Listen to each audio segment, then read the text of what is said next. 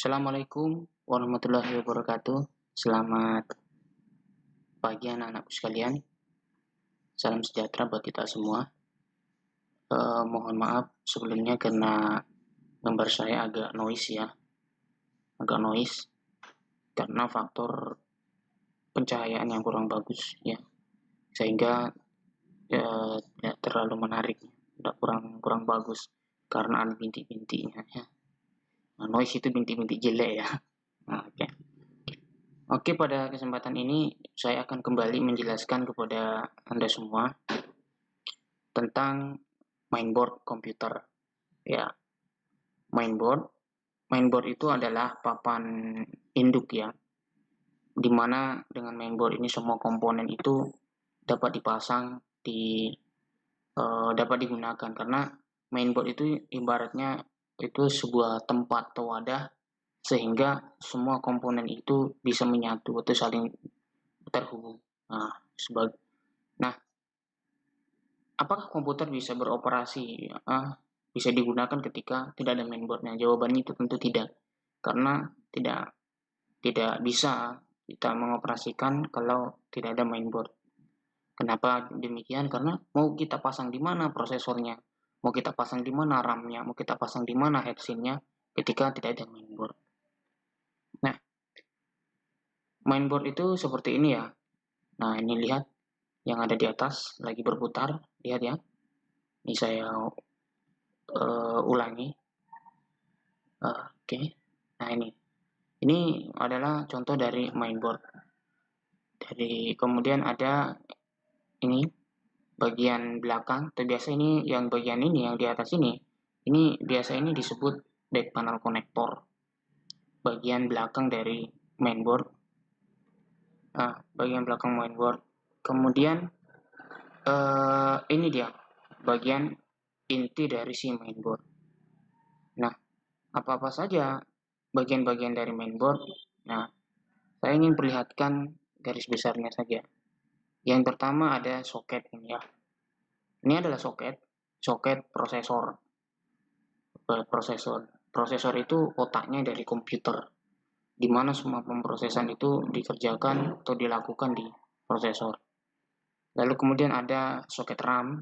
Nah, ini RAM. Di sini RAM itu terpasang, ya RAM dari komputer.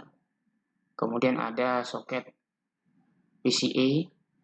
Nah, ada soket PCA. Nah, soket PCA itu ya seperti ini ya. Nah, ini PCA. Kemudian ada soket IGP. Ya, IGP. Soket IGP. Nah, yang paling penting yang harus kita tahu itu adalah bagaimana cara memasangnya. Nah, saya ingin perlihatkan sedikit simulasi ya. Salah satu contohnya adalah, nah ini adalah headsin atau pendingin dari prosesor. Saya buka ya. Nah, ini buka. Karena di headset itu ada 4 pengancingnya, ada 4 kuncinya. Ya, di 4 ya penguncinya. Sehingga itu harus kita perhatikan baik-baik. Nah, kita buka ya. Nah, ketika sudah terbuka, itu tadi ada soket prosesor ya. Yang ini, nah ya, yang bagian ini soket prosesor. Nah, ini soket prosesornya. Kita buka coba. Ini cara membukanya. Ini dia soket prosesor. Di sini tadi si prosesor itu dipasang. Nah, bagaimana cara memasangnya? Lihat ya. Saya perlihatkan sedikit simulasinya tentang bagaimana memasang prosesor. Kita cari dulu prosesor. Yang mana sih itu prosesor? Prosesor itu otaknya dari komputer atau biasa disebut CPU. Nah, ini dia prosesor.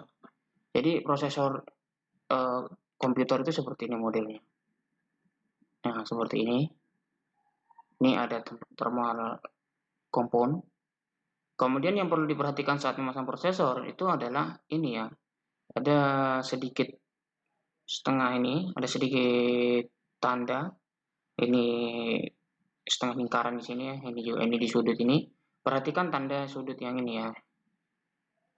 Nah, jangan sampai kita salah pasang karena ketika salah pasang prosesor itu bisa menyebabkan si kuningan dari prosesor itu menjadi tergores atau rusak. Nah, ketika rusak si kuningannya ini, maka prosesor itu ada kemungkinan dia tidak akan bisa terbaca di mainboard.